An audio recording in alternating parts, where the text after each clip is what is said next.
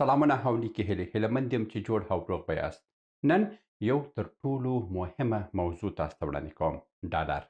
دا چې ډالر سره کم پیدا سو، سره کم د نړۍ قدرت جوړ سو، سره کم امریکا اوس مهال د وسلې په ډول باندې پر هر ملک کې استعمالوي او د دې ډالر پشتیبانه څه ده او ډالر د کوم ځای چاپیږي، په کوم اساس چاپیږي او دا نن سبا چې د نړۍ هر ګوټ ته رسیږي دا په کوم اساس دې ته رسیږي، هر یو ورته احترام لري. دغه ټولې خبرې نن په دغه لیکچر کې تاسو ته دا هغه لیکچر دی چې تاسو د نړۍ په ټولو موضوعاتو باندې نور سر مو خلاصیږي. لکه څنګه چې تاسو په ریاضي کې چې کله مو هم جمع او منفي زده کړه نور په ټولو موضوعاتو مو سر خلاص دی.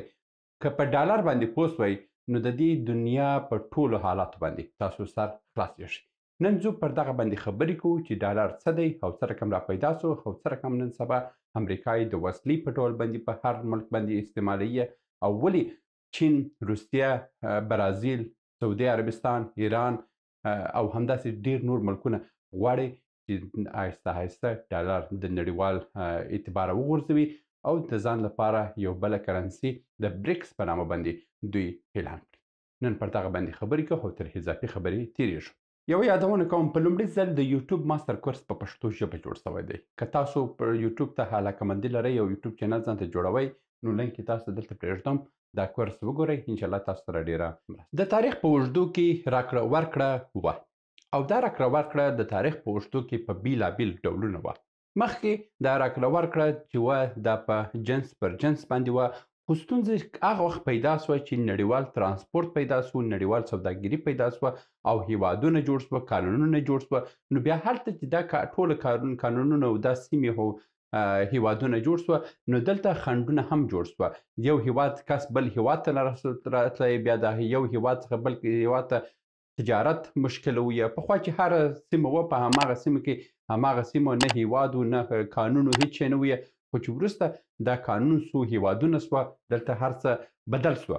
د مثال په ډول باندې زموږ خپل په افغانستان او زموږ په پښتونستان سیمو کې په دې سیمو کې حتی تر 50 کاله وړاندې هم همدغه کیسه روانه وه چې جنس په جنس باندې خرڅېدو او پیسه په منځ کې نه وه. نو ستونزه دا وه چې کله هم مثلا رومیان مو پر غنمو تبادله کول یا غنم مو په بینډي و بانجان تبادله کول، خو غنم به ډېر وخت پاتې کېده خو رومیان 2 ورځې بالا نه پاتې کېدل. نو له همدې امله خبره دا سوه چې دوی باید یو کرنسي ځان ته جوړه کړي. کرنسي هماغه و چې پر طلا باندې یو نړیوال استاندارد جوړ سو. دا چې د طلا استاندارد کله جوړ شوی دی د دې تاریخ تر اوسه په دقیقه معلوم نه دی، مګر طلا په لومړي ځل د تبادلې لپاره یو ورځنی کرنسي و چې په نړۍ کې په لومړي ځل جوړه شوې ده. طلا تر ډېره وخته تبادلې کې کېدله چې هر یو سودا کوله د طلا سکې ورکولې، خو وروسته د دغه طلا تبادله چې کله هم د یو هیواد د بل هیواد څخه کېدله هغه تبادله په دې باندې ډېره کېدل نو نشي کولی چې دغه په موټرانو کې بار کړي او دا انتقال کړي. دغه و چې په لومړي ځل په 14مې پیړۍ کې چینایانو بانک جوړ کړو. لومړی بانک چې چینایانو جوړ کړو، چینایانو وویله چې خپل طلاوې ټوله راوړئ، زموږ سره ذخیره کوئ، موږ به تاسو ته یو چک درکړو چې بعضې خلک ورته چک وایي. نو هماغه چک درکوو یا هماغه چک یوسئ تاسو چې یو پاڼه ده، په هماغه پاڼه کې لیکلی دی چې دغه چک هر وخت که تاسو د زموږ بانک ته راوئ نو موږ به په بدل کې دومره طلا تاسو ته درکړو. دا په لومړي ځل باندې کاغذي کرنسي په نړۍ کې په 14مې پیړۍ کې چینایانو جوړه کړه. وروسته د همدغه سیستم څخه اروپایان هم متاثره سوه، بیا چې اروپایانو دا سیستم جوړ کړو ځان ته، خو آهسته آهسته طلا د کاغذي سیستم ته راواوښتل او یو چک باندې نوشته کولی چې 1000 کیلو طلا، 10 ټنه طلا، بس هماغه یو چک یو کاغذ باندې انتقال هم اسانه و او هر څه یې بهتره و. دا په لومړي ځل په 14مې پیړۍ کې بانکي سیستم جوړ سو او بیا وروسته په 19مې پیړۍ کې په اروپا ته ورسېدو. همدا ډول آهسته آهسته ټولې نړۍ ته دا بانکي سیستم او کرنسي ورسېده. ستونزه څه وه؟ ستونزه دا وه چې په لومړي ځل باندې دلته په لومړۍ نړیوالې جګړې کې چې کله هم دغه هیوادونه اروپا او اسیایي هیوادونه سره ښکېل سوه، دلته ډېرو هیوادونو خپل طلاوې د لاسه ورکړې، ځکه چې همدغه هیوادونه وه چې کوم وسلې چې درلو هغه وسلې خو ډېرې ختمې سوه، خو وروسته مجبوره سوه چې دوی ولاړ شي د امریکا څخه وسلې واخلي. دا هغه و چې د دوی اقتصادونه یې ضعیفه کړه، د دې ټوله د طلا ذخایر یې ختم کړه. خو وروسته دومې نړیوالې جګړې خبره دې ځای ته ورسول چې ټولو هیوادونو د طلا ذخیرې ختمې کړې او دا د طلا ذخیرې چې سوه دا ټوله هم امریکا ته ولاړه. امریکا به د تاریخ په اوږدو کې په لومړي ځل زه تاسو ته دلته وښیم چارت چې په لومړي ځل د امریکا څخه په لومړي ځل تر 40 ټنه طلا واوښتله. یعنې دا په دومې نړیوالې جګړې کې چې هر هیواد ورته راوړي او خپل طلا یې دلته ورته پرېښوه او وسلې وړل. خبره همدا سو چې وروسته تر نړیوالې جګړې د هیڅ هیواد سره پیسې نه وه، ټول هیوادونه په پښو ولاړ وه، هیڅ کار یې نه سویدل وکړو ځکه چې طلا نه وه، تبادله نه وه او اقتصاد په صفر باندې ولاړ و. خبره څه سوه چې وروسته تر هغه امریکا یو نړیواله جلسه یې جوړه کړه. دغه نړیواله جلسه چې په امریکا کې سوې ده د 20 هیوادونو په حضور کې وسوه. دا 20 هیوادونو اروپایي، آسیایي او ډېر هیوادونه یې راغونډ کړي وه او دوی ته یې وویله چې موږ تاسو ته پور درکوو. پور څه رقم پور درکوو؟ خو پور به د پور نوم به وي ډالر. دا په لومړي ځل د ډالر نړیوال کېدونو خبر و چې دوی په همدې جلسې کې نړیوال ته وړاندې کړو. دا هم د هماغه جلسې تصویر دی. ډالر څه رقم موږ تاسو ته درکوو؟ یا د مثال په ډول باندې 15 ډالره موږ تاسو ته استندرد پرېږدو د 1 اونس طلا په اندازه باندې. یعنی تاسو 1 اونس طلا راوړئ موږ ته، موږ 15 ډالره درته درکوو. 1 اونس طلا چې ده 1 اونس ګولډ مساوي کېږي په 28.3 ګرامه. یعنی تاسو 28.3 ګرامه طلا راوړئ، موږ تاسو ته 15 ډالره په هر وخت کې، په هر زمان کې، هر وخت ته وغواړئ 15 ډالره راوړئ، موږ تاسو ته په بدل کې طلا درکوو. همدا و چې نړیوال په دې باندې خوشحاله سوه. د دې سره سره په دې جلسې کې یو بل تصمیم هم ونیول سو چې IMF ورته جوړ سو او بل نړیوال بانک جوړ سو. نړیوال بانک به قرضې ورکړي، IMF به هغه هیوادونو سره مرسته کوي چې هغه هیوادونه جنګ ځپلي اوسي او جنګونو وران کړي اوسي. نو دا دوه نهاده هم په هماغه جلسې کې د هغه جلسې په تسلسل باندې دا دوه نهادونه هم جوړ سوه. امریکایانو ویلو چې موږ IMF ته پیسې ورکوو، IMF به تاسو ته داسې درکوي، پورونه درکوي، خو هغه ته پورونه به په سود وسي او د پورو موده هم 10 کاله ده. 10 کاله ده. د هر 10 کاله په وړاندې تاسو چې ډالر اخلئ بیرته موږ ته ډالر راکئ، موږ تاسو څخه ډالر غواړو. نو دا په لومړي ځل باندې نړیوالو ته یو کرنسي امریکایانو وړاندې کړ او ټول هم ومنل ځکه چې چاره نه وبله. ټولو دا خبرې ومنله او د 1945 څخه عین د 1970 کلونو پورې د طلا د اونس قیمت چې و هماغه 15 ډالر استندرد قیمت و، ځکه چې امریکایانو هماغه داسې ورکړی و چې موږ تاسو په 15 ډالر په بدل کې دومره طلا درکوو. یعنې د 1 اونس طلا قیمت 15 ډالر تر 1970 کلونو پورې دا دوام درلود. خبره څه سوه؟ خبره دا سوه چې امریکایان د ویتنام په جګړې کې ښکېل سوه. د کله خو د ویتنام جګړه شروع سوه، ډېر هیوادونو پر امریکا بې اعتباره سوه، ټولو خپل ډالر یوړه. امریکا ته یې وویل چې موږ ته څه راکئ، موږ ته خپل طلا راکئ، زه ډالر نه غواړم. او د همدې بې اعتباري په اساس باندې په کال 1971 کال کې په اګست میاشت کې د امریکا ولسمشر نیکسن اعلان وکړو چې نور څوک نسي کولی چې ډالر راوړي او طلا یوسي. یعنی مطلب دا دی چې کوم چکونه، کوم کاغذونه چې تاسو راکول سوي دي چې پخوا په 15 ډالر باندې 1 اونس طلا درته درکېدل، نور هغه کیسه ختمه ده، نور طلا ملا نشته، هماغه ډالر ځان ته وچلوئ، خبره خلاصه ده. دا چې سوه دلته خبره پاته سوه د ټولو نړۍ کشمکشونو ته، ټول نړۍ خبره ورسېدل چې نور ډالر طلا نه ده، ډالر یو کاغذ دی. یعنی په هماغه خبر باندې د ډالر د طلا قیمت دومره پورته سو.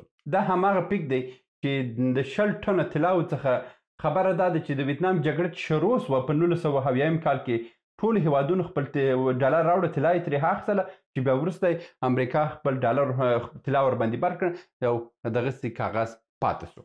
کاغذ پاتې سو دلته نړیوالو ټولو شکایتونه درلودل. دا شکایتونه چې درلودل د همدې شکایتونو له امله امریکایانو څه وکړه ولاړه په اروپا کې د اروپایي هیوادو ته وویلو چې په عموم کې انګریزان ډېر وو، انګلستان ډېر وو. انګلستانو هغه وخت کې ډېر تولیدات نړۍ ته وړاندې کوله او هماغه و چې امریکایانو انګریزان ته وویل چې تاسو موږ پیسې ومنئ خپل په تبادله کې او موږ هر وخت هم ستاسو د پیسې چې اوس موږ تاسو ته طلا درکوو. په بل خبره دا سوه چې په دې وخت کې د عربستان د تیلو کیسه هم راپورته سوې وه. د عربستان د تیلو کیسې لپاره دا د امریکا د ولسمشر مرستیال دی راغلی دی د عربستان د پاچا سره ناستې کړې او دلته دوی هغه د عربستان هغه چپنې هم په اغوستې ده او دلته د عربستان پاچا ته وویلو چې تاسو تیل موږ تولیدوو، ستاسو امنیت موږ نیسو، فقط یو کار داسې وکړئ چې دا خپل تیل هم په نور نړۍ باندې په ډالرو باندې خرڅ کړئ. عربان خو بل چاره نه درلوده ځکه چې بل دا څه هم نه وو یا الټرنیټیو او بدیل هم نه وو. دوی مجبوره سول چې دا خبرې ومنل او دا خبرې چې ومنل ټوله نړۍ ته ویلو چې تاسو اوس د دې نه وروسته تیل هم په ډالر باندې اخیستلی سئ. یعنې د عربو هیوادونو څخه چې څه تیل تولیدېدله او د امریکا څخه تولیدېدله همدا و چې خبره په ډالر سوه. ډالر سوه یو نړیواله کرنسي او ټولو غاړو ته پاته سوه، نور مجبوره وه، بله چاره نه وه، د همدا ډالر یې تبادله کړه. خو وروسته خبره دا سوه چې امریکایان بیا راله د چینایانو سره هم ډیلونه وکړه. چینایانو ته وویلو چې تاسو ته موږ کارخانې درکو، ټکنالوژي درکو، ستاسو کارګر په کار اچوو، تاسو تولید وکړئ، خو هغه تولید هم په ډالر کوي. هماغه و چې هغه کیسه هم ډالر سوه. ډالر یو نړیواله کرنسي سوه بیله کوم پشتیبانه، هیڅ شی ورسره نسته. هغه پخواني طلا کیسه چې وه هغه ختمه سوه، هیڅ پشتیبانه نه وه. فقط د امریکا ته کیسه پاته سوه چاپول، چاپیي او هماغسې نړۍ ته لیږي. دا د 2023 کال راپور دی چې امریکا په دې کال کې هغه دی تر 45 تریلیونه ډالره چاپ کړي دي. یعنې په لومړي ځل دی د 2018 کال څخه دا خبره په تریلیونو اوړي. یعنې د دوی سره د چاپ ماشینونه دي، چاپیي بس نور هیوادو ته یې هستي. خبره خلاصه ده، هر هیواد هم د ډالر لیونی دی، هیڅ پشتیبانه هم د دې کاغذ نشته. یعنې تاسو فکر وکړئ یو سپین کاغذ که تاسو ته یو څوک وایي چې تاسو دغه سپین کاغذ باندې یو امضا وکړئ ماته راکړئ، زه تاسو هر شی ته وغواړئ زه تاسو درکوم، نو ته دا کار نه کوي. یعنې په سپین کاغذ هیڅ شی نشته او هماغه کاغذ هم برته په همدې کاغذانو بیا برته نور هیوادونه تا ته کاغذ جوړوي، برته یې راوړي، تا ته یې پرېږدي چې ته فقط امضا پر وکړه، زه ستاسو خدمتګار یم، ستاسو غلامي کوم، ستاسو هر څه کوم. ته فقط دغه کاغذ د هند تولید دی، د چین تولید دی، دوی راوړي هماغه کاغذ امریکا ته په لاس ورکوي، امریکا خو ټاپو په باندې ویې ډالر سو، ارزش یې پیدا کړي، نړیواله کرنسي سوه. دا چې بیا د ډالر د سیستم دوی څه رقم قانوني کړی دی هغه باندې یو بله ویډیو جوړوم. خو په اصل کې پشتیبانه نشته، چې کله پشتیبانه نه اوسي چې هر رقم قانون ورته جوړ کړي بیمانه دی. نو اوس کیسه دا ده چې ډېر هیوادونه د امریکا د دې سیستم څخه په ویره دي او دوی غواړي چې خپل ځان ته ډي ډالرایزیشن سیستم ورشروع شوی دی او هر هیواد غواړي چې د همدې پیسو څخه ځان وباسي، ځکه چې امریکا دغه پیسې چاپوي، په هر هیواد باندې جګړې شروع کړي دي، قتل عام شروع کړي، وژل شروع کړي، څوک هم نشته، قانون دوی جوړوي، قانون دوی ماتوي، هر څه چې کوي میډیا د دوی په لاس کې ده او کاغذ چاپیږي او ټوله نړۍ ورته رخصیږي. نو د همدې امله ټوله نړۍ اوس د هغه پخوانۍ خبره د دوی لا نه مني. نو اوس دوی کوشش کوي چې د ډالر په وړاندې یو بله کرنسي اعلان کړي چې هغه به بریکس وسي. په بل قدم کې امریکایانو سویفت سیستم هم جوړ کړی دی د تبادلې لپاره. پخوا چې وو دې ته تلکس سیستم ویلی چې دغه زیاتر صرافان هم ته اوس د هماغه تلکس څخه استفاده کوي چې دوی حواله کوي د یو هیواد څخه بل هیواد د یو کود ته، هماغه کود یې لیږلو د ټلګراف له لارې هماغه یې لیږلو دا حوالې سیستم. مګر اوس کیسه داسې ده چې د سویفت سیستم داسې دی چې ته په افغانستان کې پیسې لیږي امریکا ته، د امریکا هیواد یو اکاونټ کې هم لیږلی شي. امریکا اوس څه کوي؟ امریکا فقط چې هر هیواد یې زړه ونه غوښتل خپل د سویفت سیستم څخه یې باسي. چې کله د سویفت سیستم څخه وایستل سو، ټوله تجارت د دنیا تجارت سیستم پر هغه باندې بندیږي، لکه ایران، شمالي کوریا، همداسې ډول په روسیې باندې، په ډېرو هیوادو باندې چې کله هم دوی سیکشن لګي، هغه بندیز لګي، هماغه بندیزونه کېږي چې هغه هیواد اقتصاد په ځمکې ولېږي او هغه هېواد له منځه ځي. دا چې په ایران سره کوم د امریکا سره مخالفت شروع کړو ولې د دې سیستمونو څخه ووتله هغه باندې یو بل ویډیو جوړوم او دا چې بیا د روسیې سره ولې روسیه یې د لرې کړه او د روسیې د لرې کېدل امریکا ته څه تاوانونه یې جوړ کړل په هغه باندې یو بله ویډیو را روانه ده هغه به هم تاسو ته نشر کوم. نو د همدې امله دا د ډالر سیستم او دا د امریکا قدرت دی چې نن سبا په وچ کاغذ باندې شروع کړی دی او ټوله نړۍ خپل تر کنټرول لاندې راوړې ده. اوس راځو پر ډي ډالرایزیشن سیستم باندې چې کوم هیوادونه غواړي چې ځان ته کرنسي جوړه کړي.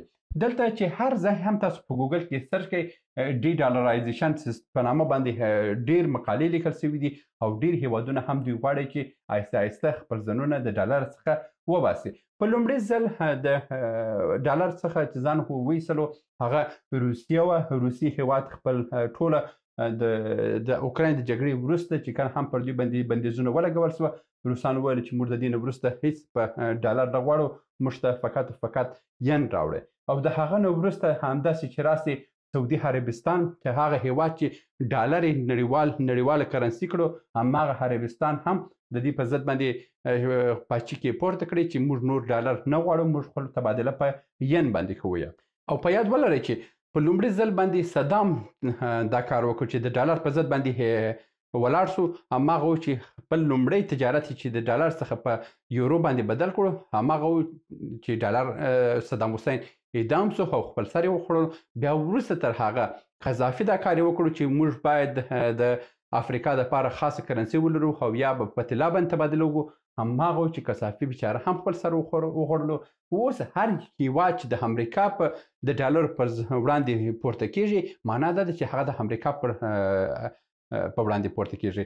نو ډېر هیوادونه کوشش کوي چې په یو ډول نه اوس ځانونه د ډالر څخه خلاص کړي. که د ډالر خلاص نه کړي همدغه ډول باندې لکه چې پر چین پر روسیې باندې بندیز ولګول د روسیې اقتصاد ته یې دومره صدمه ونه رسول مګر ایران او همدا ډول شمالي کوریا همدا ډول ډېر هیوادونه باندې چې کله هم دوی بندیزونه ولګي هماغه بندیزونه دي چې دوی هیوادونو اقتصادونه مکمله صفر کوي.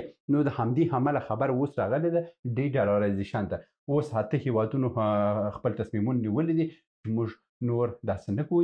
موږ غواړو چې پاکستان په تش په خبرو باندې دی خو عراق او د تایلند او دا هیوادونه غواړي چې د دې نه وروسته خپل ټوله تبادلې په ین باندې کې او ځکه چې په راتلونکي کې بریکس کرنسي ولاړېږي او هغه کرنسي چې پیدا شوه نو دا به د ډالر په وړاندې یو بل نړیواله کرنسي واوسي.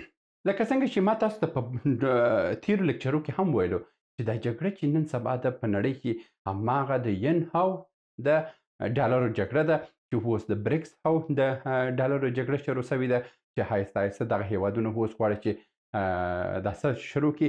په بریکس باندې به یو ویډیو جوړه کړم نو په دې باندې تاسو پوه شئ چې دا یو نړیواله لوبه ده. دلته بعضې خلک وایي چې موږ ولات غیرتي یو موږ داسې یو داسې یو.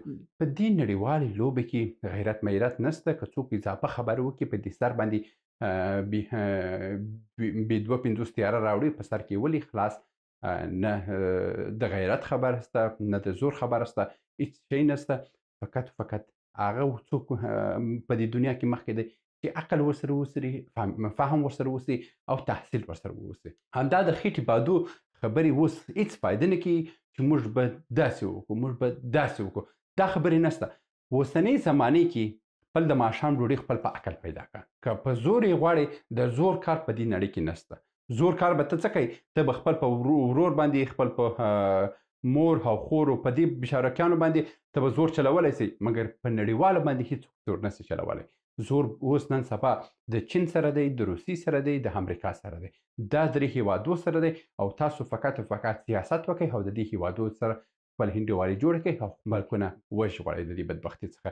او که دا کار مو ونه کړو دا به لرې نه اوسي چې موږ به په دې جګړې کې یو ځل بیا لاسو ګریوان سو او موږ به بیا تر 2015 کاله به بیا به جنازې پټوي.